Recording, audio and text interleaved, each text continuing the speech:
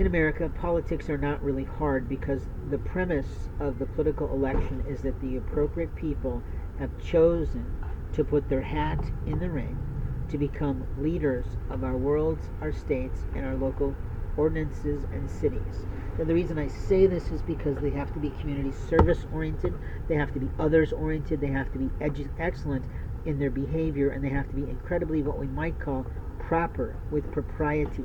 because we can't have abusers, we can't have sexists, we can't have racists, we can't have pornographists, and we can't have people who love that shit in our cities' offices, in our state senates, and other places.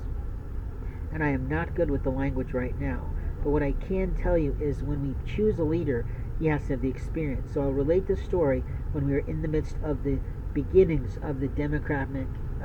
conventions and other things, when they're trying to figure out who is going to get their name in the hat and all this sort of stuff to be the full representative of that party. I wrote to one of the politicians who had an actual website that was excellent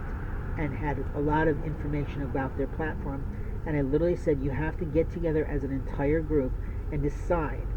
who is the most qualified for the position, because at the end of the day, the president's office is a work position. It is an employment by the federal government, and you have to have the experience to do that. So as much as you'd love to be president, who's going to train you if you've never done anything in politics, never served a bunch of people in your community, never listened and heard people? And that's the truth about that.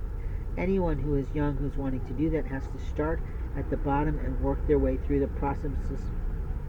of being mayors of cities, state senators, etc., and they know what to do from their own experience. They've also done their best, to the best of the human capability, of keeping their noses somewhat squeakily clean. If they are a lawyer, that is excellent, because most of America is based on laws, and our interactions with other nations are also based on world treaties and other types of agreements and contracts and whatnot for the change and exchange of trade. So we absolutely have to have people who know how to read that stuff and are smart enough to do that, but also smart enough to hire the right people, the right team.